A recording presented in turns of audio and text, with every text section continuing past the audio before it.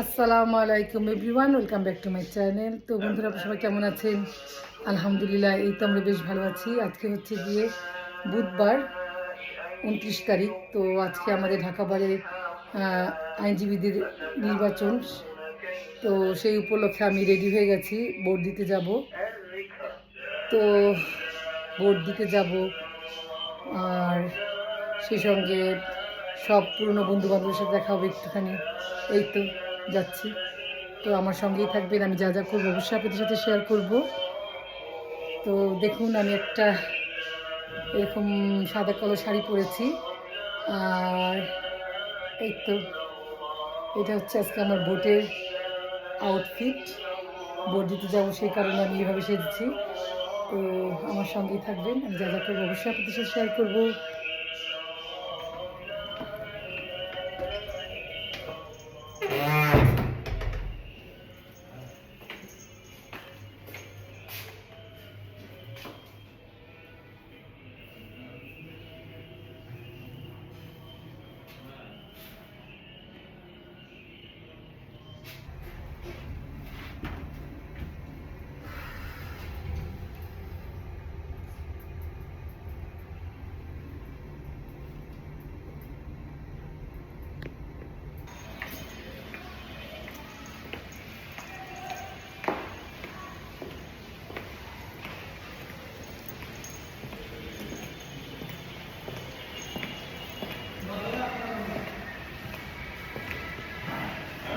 দিন আমি বের হয়ে গেলাম।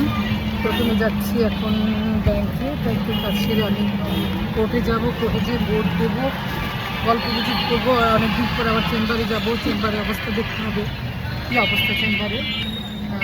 অনেকদিন যাওয়া হয় না।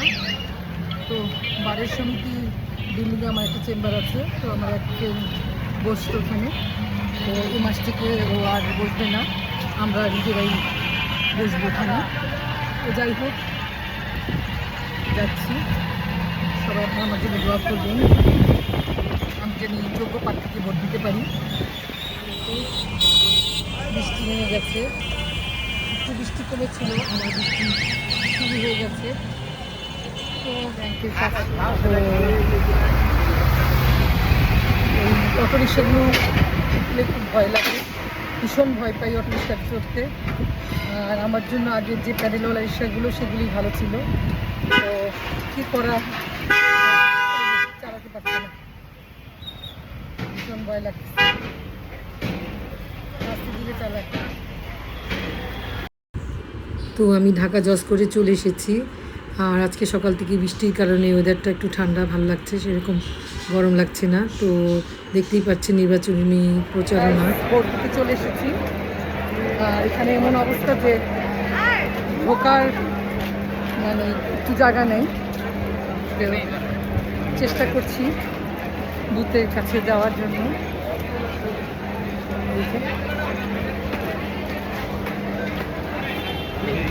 লাইনটা কোথায় ভোট দেওয়ার? এখান যেতে হবে?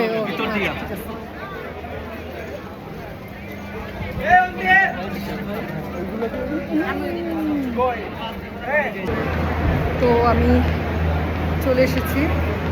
এখন আমার নির্দিষ্ট যে বুথ আছে সেখানে যাব, যে আমার ভোটার নাম্বারটা নেব। তারপর আলহামদুলিল্লাহ, মাই গড, শাড়ি পরে। আরে খাওয়া লাগবে না, আমরা সব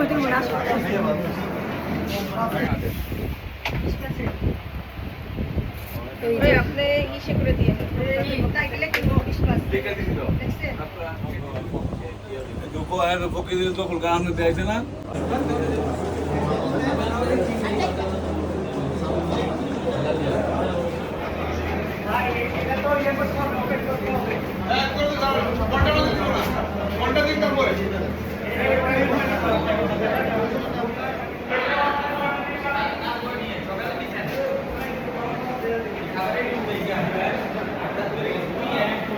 তো আবার এখন 4 তলা যেতে হবে।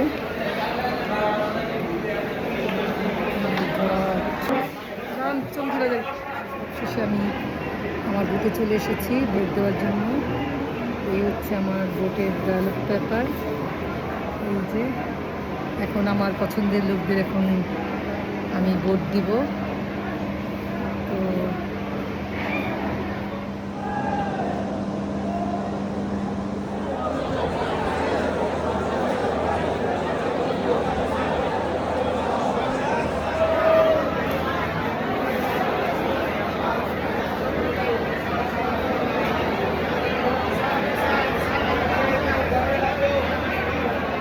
তো অবশেষে ভোট দিয়ে আমি নিচে নেমে এসেলাম।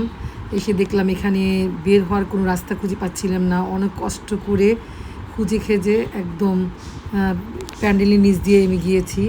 আমি ভুলভাবে নিচে নেমে এসেছিলাম, যে আমাদের বের হওয়ার রাস্তা ছিল দোতলা দিয়ে। তো যাই হোক, অনেক কষ্ট করে বের হতে পেরেছি। ভেবেছিলাম একটু বাজার করবো, কিন্তু বাজার করা হল না। এখন বাসার উদ্দেশ্যে রওনা দিচ্ছি। তো এই হচ্ছে পুরান ঢাকার রাস্তাঘাট, জ্যাম এত রাস্তায়।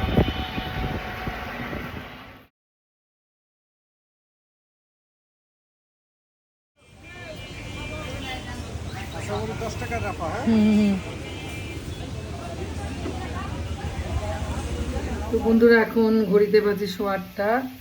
তো আমি চিকেন তেহারি রান্না করব। দুপুরে আজকে তেমন একটা রান্নাবাড়া করা হয়নি। আলু ভর্তা, ডিম ভাজা, ডাল দিয়ে ভাত খেয়েছি। তো ভাবলাম যেহেতু আজকে সারাদিনই বৃষ্টি ছিল, একটু মেঘলা ঠান্ডা ঠান্ডা লাগছে, তো ভাবলাম একটু চিকেন তেহারি রান্না করি। মেয়েটা আবার তেহারি খেতে খুব পছন্দ করে।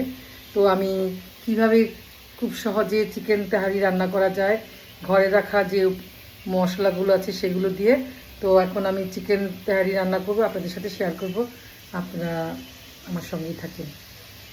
তেহারি রান্না করার জন্য প্রথমে আমি একটু আলু ভেজে নিচ্ছি সুন্দর করে। তো আজকে আবার বিরিয়ানি হোক, তেহারি হোক, আর যাই হোক, আলুটা খুব পছন্দ করে। আলু ছাড়া সে খেতে পছন্দ করে না, তো ওর কারণেই আলু দেওয়া। আলুগুলো একটু ভেজে নিচ্ছি। 500 গ্রাম চিকেন নিয়েছি।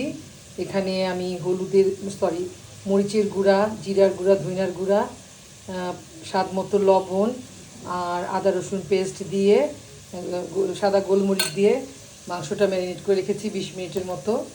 তো এই যে মাংসটা ম্যারিনেট করে রেখেছি,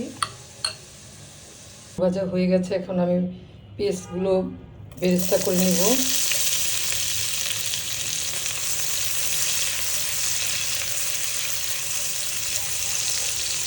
ভেজে রাখা বেরেস্তার মধ্যে আমি আগে থেকে ম্যারিনেট করা মাংসটা দিয়ে দিব।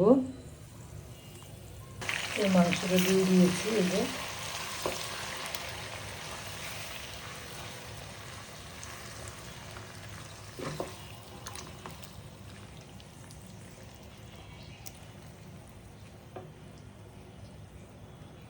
এটা ভালো করে নেড়ে চেড়ে এখন আমি ঢাকনা দিয়ে ঢেকে দিব। মাংস কষানো হয়ে গেছে। এই যে সুন্দর একটা স্মেল বের হয়েছে। তো চিকেন তেহারিটা আমি এভাবেই রান্না করি। এখন এর মধ্যে কষানো মাংসের মধ্যে চালগুলো দিয়ে দিব। চালগুলো দিয়ে দিছি কষানো মাংসের মধ্যে। এখন ভালো করে মাংস আর চাল ভালো করে ভেজে নেব।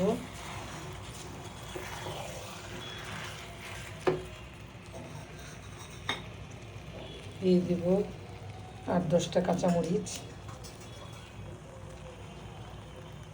আমি পরিমাণ মতো পানি দিয়ে দিয়েছি। এখন ঢাকনা দিয়ে তেহারিটা দমে রেখে দিব। আমার ঝরঝরে চিকেন তেহারি রান্না করা হয়ে গেছে। কি সুন্দর ঝরঝর হয়েছে।